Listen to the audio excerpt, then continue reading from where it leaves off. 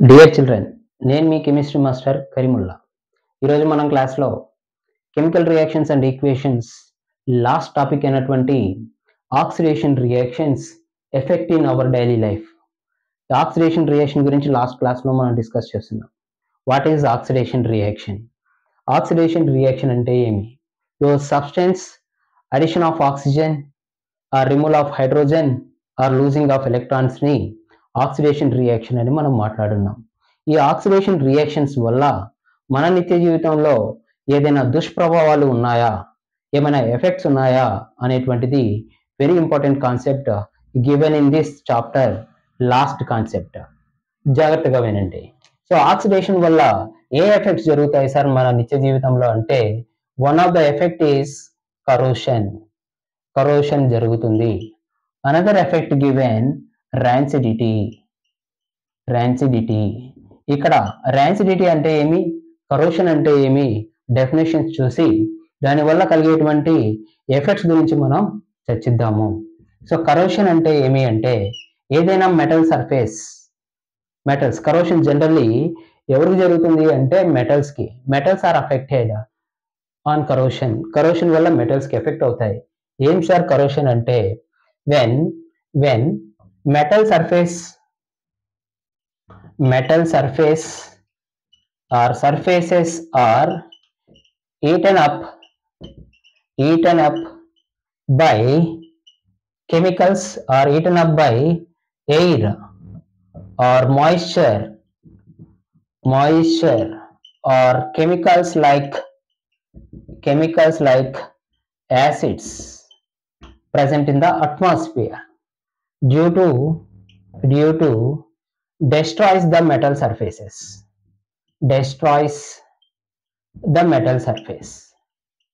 Metal surface ఏం జరుగుతుంది, destroy కాబడుతుంది. ఈ ప్రాసెస్ ని ఏమన్నామంటే కరోషన్ అని అన్నాం. మెటల్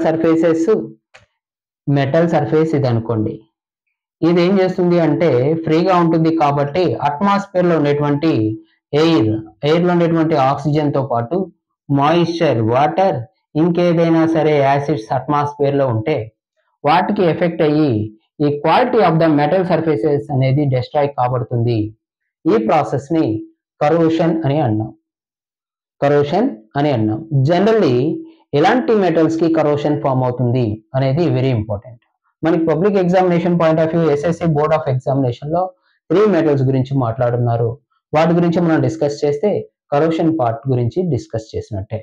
ఫర్ ఎగ్జాంపుల్, మన నిత్య జీవితంలో ఎక్కువగా ఉపయోగించేటువంటి మెటల్ అంటే ఐరన్. నిత్య జీవితంలో ఎక్కువగా ఉపయోగించే మెటల్ ఏంటి? ఐరన్. ఈ ఐరన్ ప్యూర్ ఐరన్ ఎలా ఉంటుంది అంటే షైనీ సర్ఫేసెస్ కలిగి ఉంటుంది. షైనీ సర్ఫేసెస్, బ్రైట్ గా మెరుస్తూ ఉంటుంది ప్యూర్ ఐరన్ గన అయితే. దానికి ఎలాంటి రస్ట్ ఫార్మ్స్ జరగకుండా ఉంటాయి. ఇది కొన్ని సంవత్సరాల తర్వాత మనం కొన్ని రోజులు అలానే ఉంచేసాము అనుకోండి, ఇది ఎలా మారుతుంది, ఈ ఐరన్ దాని యొక్క సర్ఫేస్ మీద రెడ్డిష్ బ్రౌన్ కలర్ లేయర్ అనేది ఫామ్ అయిపోతుంది. ఈ ఐరన్ మీద రెడ్డిష్ బ్రౌన్ కలర్ లేయర్ అనేది ఫామ్ అవుతుంది. ఆ రెడ్డిష్ బ్రౌన్ కలర్ లేయర్ ని మనం ఏమన్నామంటే రస్ట్ అన్నాము. ఈ రస్ట్ అనేది ఎవరికి ఫామ్ అవుతుంది సార్ అంటే ఐరన్ సబ్స్టెన్సెస్ కి ఫామ్ అవుతుంది, ఐరన్ మెటల్ కి ఫామ్ అవుతుంది. ఓకేనా? మనకి ఎగ్జామినేషన్ లో అడుగుతారు what is the formula of rust అని. So generally FeSO4 Fe2O3 XH2O అని మనం ఏమన్నామంటే రస్ట్ అని అన్నాము. What is the colour of rust of iron అంటే రెడ్డిష్ బ్రౌన్ కలర్ అని మనం చెప్తాం. సార్ ఎలా సార్ ఈ Fe2O3 XH2O ఫామ్ అవుతుంది అంటే, దీనికి బ్యాలెన్స్డ్ ఈక్వేషన్ పరంగా మనం మాట్లాడదాం. ఫర్ ఎగ్జాంపుల్, ఐరన్ అట్మాస్ఫియర్ లో ఉన్నటువంటి ఆక్సిజన్ తో రియాక్ట్ అయింది అంటే దాంతో పాటు అట్మాస్ఫియర్ లో ఉన్నటువంటి వాటర్ మాలిక్యూల్స్ తో కూడా రియాక్ట్ జరిగింది అంటే, for example if you take 4 moles, if you take here 3 moles, it gives Fe2O3 XH2O. దీన్ని రస్ట్ అన్నాం. If you take here 2 moles, ఇది రస్ట్ అని ఎగ్జాంపుల్ గా మాట్లాడతాం. సో ఈ విధంగా ఐరన్ ఆర్టికల్స్ అట్మాస్ఫియర్ లో ఉండేటువంటి ఆక్సిజన్ తో మాయిశ్చర్ తో ఎఫెక్ట్ కాబట్టి రస్ట్ ఫామ్ చేస్తుంది. ఈ రస్ట్ ఫామ్ అనేది ఏ కలర్ లో ఉంది సార్ అంటే రెడ్డిష్ బ్రౌన్ కలర్ లో ఉంటుంది. ఓకేనా. మన డైలీ లైఫ్ లో యూజ్ చేసేటువంటి మెటల్ ఐరన్ కాబట్టి ఐరన్ కి ఫామ్ అయ్యేటువంటి రస్ట్, ఇది ఒక ఆక్సిడేషన్ రియాక్షన్. ఎలా సార్ చెప్పాము? Affected by the oxygen, oxidation reaction అంటే దీన్ని కరోషన్ అనొచ్చు. ఓకేనా. All corrosion reactions are oxidation reaction అంటే కాదు. ఇక్కడ ఐరన్ తో ఫామ్ అయినటువంటి రస్ట్ ఆక్సిడేషన్ రియాక్షన్. మరి మరి ఇంకా సమ్ అదర్ మెటల్స్, మన డైలీ లైఫ్ లో కాపర్ మెటల్ కూడా ఉంటుంది. మీరు జాగ్రత్తగా గమనించున్నారు అంటే మన ఓల్డెన్ డేస్ లో ఉండేటువంటి కాపర్ తో తయారు రాగి పాత్రలు, ఈ రాగి పాత్రలు కొన్ని రోజులు మనం వాడకుండా అలానే ఉంచేస్తే ఈ కాపర్ మీద గ్రీనిష్ కలర్ లేయర్ ని ఫామ్ చేస్తుంటుంది. గ్రీనిష్ లేయర్ అనేది ఫామ్ అవుతుంది. ఈ గ్రీన్ లేయర్ అనేది ఎవరు సార్ అంటే కరోషన్ ఆఫ్ కాపర్. కాపర్ కి కరోషన్ ఫామ్ అయినట్టు మనం ఐడెంటిఫై చేస్తూ green colour layer on the copper. ఏంటి సార్ ఈ green colour layer on the copper యొక్క కెమికల్ కంపోజిషన్ ని చెప్పగలరా అంటే చెప్పొచ్చు. కాపర్ కార్బోనేట్ ని మనం గ్రీన్ కలర్ లేయర్ గా ఫామ్ అయినటువంటి కాపర్ కార్బోనేట్ గ్రీన్ కలర్, ఇది కరోషన్ ఫామ్ ఆఫ్ కాపర్ గా మాట్లాడొచ్చు.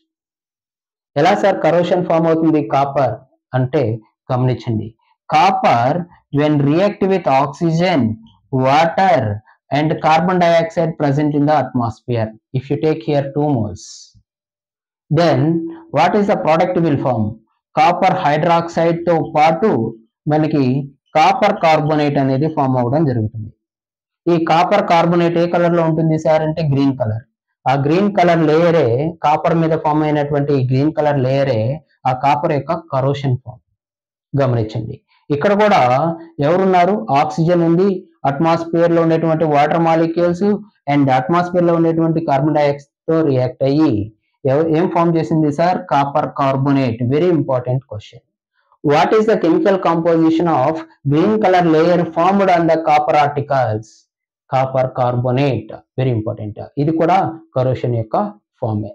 అలానే ఇంకొక మెటల్ డైలీ లైఫ్ లో మనం యూజ్ చేస్తున్నటువంటి silver. Silver metal. Silver metal మీద మీరు గమనించండి, ప్యూర్ సిల్వర్ అనేది అప్పుడే మనం కొన్నటువంటి సిల్వర్ చాలా బ్రైట్ గా మెరుస్తూ ఉంటుంది.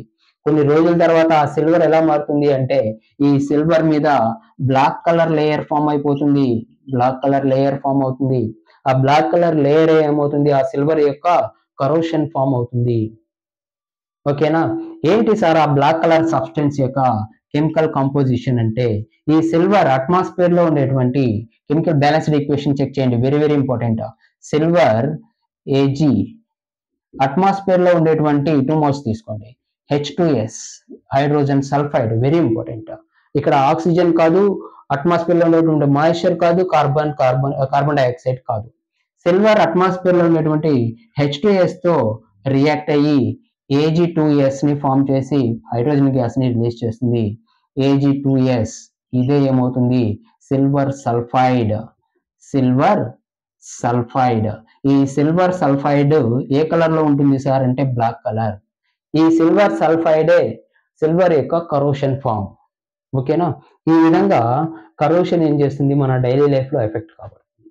ఏమవుతుంది సార్ ఇక్కడ ఈ మెటల్స్ కి కరోషన్ జరిగితే వాటి యొక్క metal surfaces eaten up by the moisture, destroy కాబడి కొన్ని రోజుల తర్వాత ఆ మెటల్ మొత్తం డెస్ట్రాయ్ కాబడుతుంది. ఎందుకు? పనికి రాకుండా పోతుంది.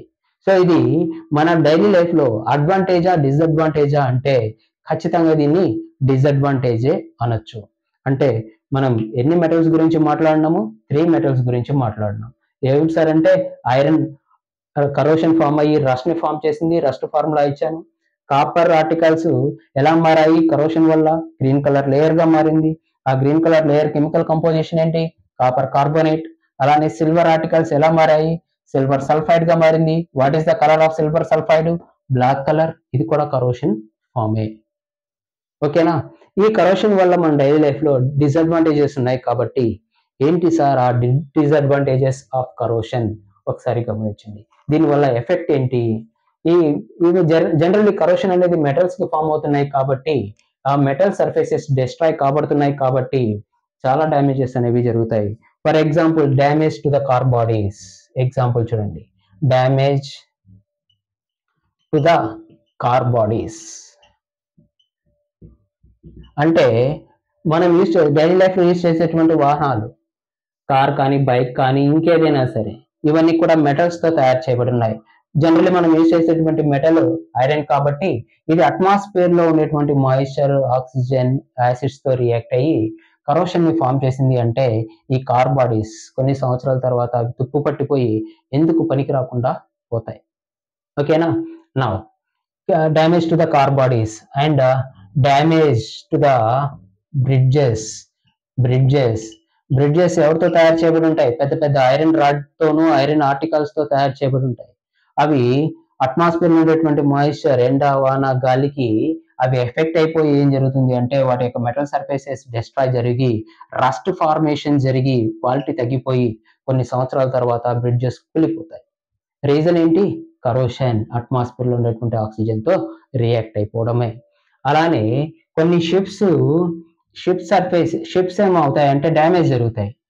సముద్రాల్లో పోతున్నటువంటి షిప్స్ అక్కడ ఎప్పుడు కూడా ఎవరితో కాంటాక్ట్ లో ఉన్నాయి ఆ షిప్స్ అనేది? వాటర్ అండ్ అట్మాస్ఫియర్ లో ఉండేటువంటి మాయిశ్చర్ తో మొత్తం ఆక్సిజన్ తో డైరెక్ట్ కాంటాక్ట్ లో ఉంటాయి. కాబట్టి షిప్స్ కూడా ఐరన్ ఆర్టికల్స్ తో తయారు చేయబడి ఉంటాయి కాబట్టి అవి కరోషన్ ఫామ్ అయిపోయి డ్యామేజెస్, హోల్స్ పడిపోయి వాటర్ తనలోకి వచ్చేసి షిప్స్ కొన్ని మునిగిపోవడం జరుగుతాయి, డ్యామేజ్ జరగడం జరుగుతాయి. సో ఇది కూడా ఒక డిస్అడ్వాంటేజెస్.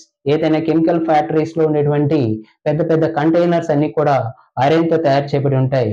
అవి రస్ట్ ఫార్మేషన్, కరోషన్ ఫార్మేషన్ జరిగి లీకేజెస్ వచ్చి హార్మ్ఫుల్ గ్యాసెస్ బయటికి స్ప్రెడ్ అయిపోయి చాలా మంది చనిపోయిన ఆనవాళ్ళు కూడా మనం గమనించవచ్చు. సో ఈ విధంగా damage to the car bodies, damages to the bridges, shapes and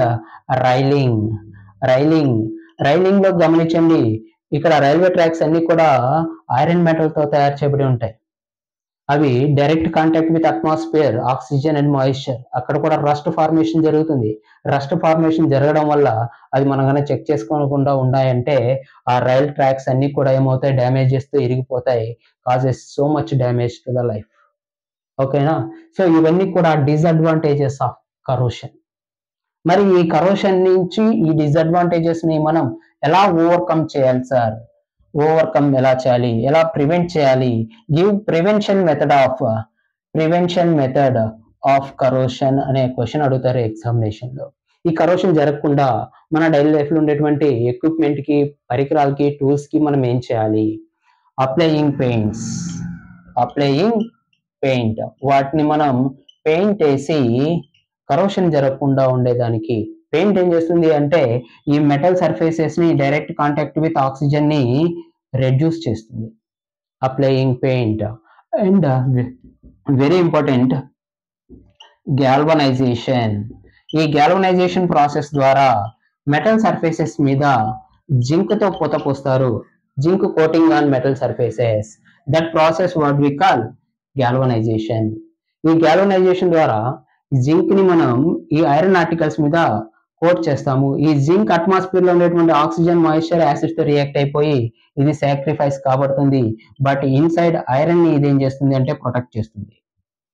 ఆ ప్రాసెస్ ని ఏమన్నామంటే గ్యాల్వనైజేషన్. గ్యాల్వనైజేషన్ లో ఏ మెటల్ తో మనం ఐరన్ ఆర్టికల్స్ మీద పూత పోస్తారు అంటే జింక్ మెటల్ ద్వారా.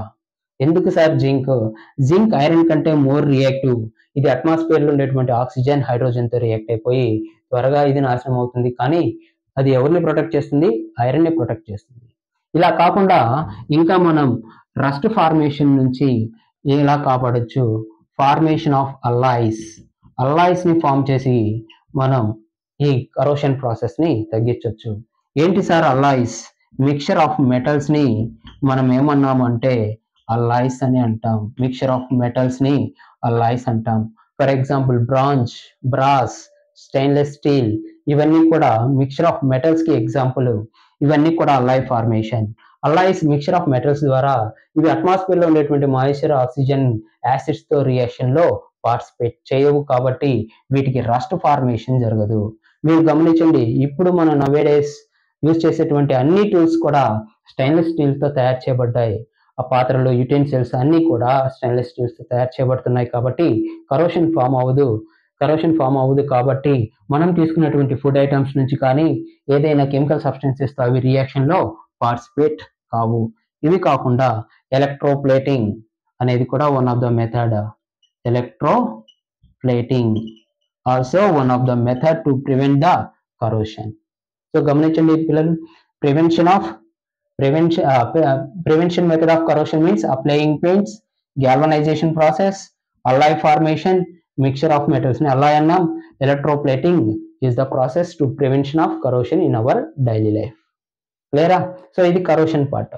ఎక్కడ ఫామ్ అయింది? మెటల్స్ కి ఫామ్ అయింది. మరి what is rancidity sir? Rancidity అంటే ఏమి ఒకసారి గమనించండి. ర్యాన్సిడిటీ కూడా one of the example for oxidation reaction కి ఎగ్జాంపుల్ గా మాట్లాడొచ్చు. ర్యాన్సిడిటీని కూడా ఎవరికి ఎగ్జాంపుల్ గా మాట్లాడొచ్చు? ఆక్సిడేషన్ రియాక్షన్ కి ఎగ్జాంపుల్ గా మాట్లాడొచ్చు. ర్యాన్సిడిటీ అంటే ఏమి గమనించండి. Rancidity when food materials are made up of oil and fat substances, they are oxidized in the presence of oxygen, then deform, then it shows unpleasant smell